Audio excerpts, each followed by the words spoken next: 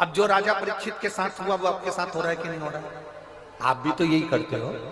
किसी ने टीवी पर बोल दिया, किसी ने कथा में बोल दिया, शंकर जी पे चढ़ा हुआ पानी मत पियो, तो तुमने मान लिया। किसी ने कह दिया बेलपत्र मत खाओ, तो तुमने मान लिया। किसी ने कह दिया कि श्री शिवाय नमस्तुभ्यम मत बोलो, तुमने मान लिया। आने वाले समय में कोई कह देगा तुम अपने बाप को बाप मत कहो, तुम मान लोगे। आग लगे बस्ती में, अपन रहो बस्ती में, अपन मस्ती में। दुनिया का कोई व्यक्ति टीवी पर बोले, फेसबुक पर बोले, ऑनलाइन आकर बोले, कुछ भी बोले, हमें नहीं सुनना। यहां शिव कथा कह रही है, राजा परीक्षित के सामने 350 गुरु आए, पर राजा परीक्षित को लगा कोई कहता है ये करो, कोई कहता है वो करो, कोई कहता है ये करो। राजा परीक्षित ने देख लिया यहाँ तो भटकना हो रहा है, यहाँ तो भटकना हो रहा है, अब करूं तो करूं क्या। तब राजा परीक्षित ने विचार करा, जब कोई गुरु ना सूझे तब एक सतगुरु के पास में पहुंच गए, शिव के पास में, शंकर के पास में। और शिव जी ने करा क्या? शंकर खुद नहीं आए, शंकर ने करा क्या? शिव जी ने क्या करा? ये शिव जी के सामने जाकर एक लोटा जल चढ़ाकर कहते हैं मुझे असली गुरु की परख बता दो, मुझे असली गुरु से मिलवा दो। बस कहाँ था? और इतनी देर में चलते चलते चलते चलते राजा परीक्षित गंगा के घाट पर पहुंच गए और बट वृक्ष की छांव के नीचे। बट वृक्ष कौन? विश्वास का प्रतीक। विश्वास कौन? शंकर। बट वृक्ष विश्वास का प्रतीक होता है। बट वृक्ष विश्वास का प्रतीक और विश्वास शिव है।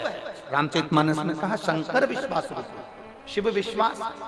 और बट वृक्ष की छांव के नीचे जो भगवान शंकर ने माता पार्वती जी को अमर कथा सुनाई थी, जो अमर कथा एक तोते के बच्चे ने सुन ली थी, वो तोते का बच्चा साधारण नहीं था, शंकर भगवान का ही एक स्वरूप, शिव जी का ही एक प्रतिबिंब, वो सुखदेव जी महाराज, जिन्होंने राजा परीक्षित को श्रीमद् भागवत कथा श्रवण करा दिया। भटकते रहे राजा, भटकते। कभी कोई ने कह दिया कि ये मत करो, कोई ने कह दिया ये करो, कोई ने कह दिया ऐसा करो, कोई ने कह दिया वैसा करो।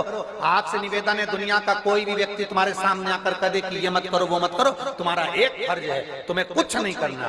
आपने कह दिया, हमने सुन लिया, हमारा फर्ज है शंकर जी को एक लोटा जल चढ़ाना। शिव जी को लोटा भर जल चढ़ाने से कुछ होगा क्या? मान लो दुनिया के लोग कहें कि बुरा हो जाएगा, तो ईमानदारी की बात बताना, शिव जी को जल चढ़ाने से कभी जिंदगी में बुरा हो सकता है क्या? जम के बोलो जरा। नहीं, पूड़ी खाने से तुम बीमार हो सकते हो, काजू बादाम खाने से तुम बीमार हो सकते हो, पर पानी पीने से कोई बीमार हो सकता है क्या?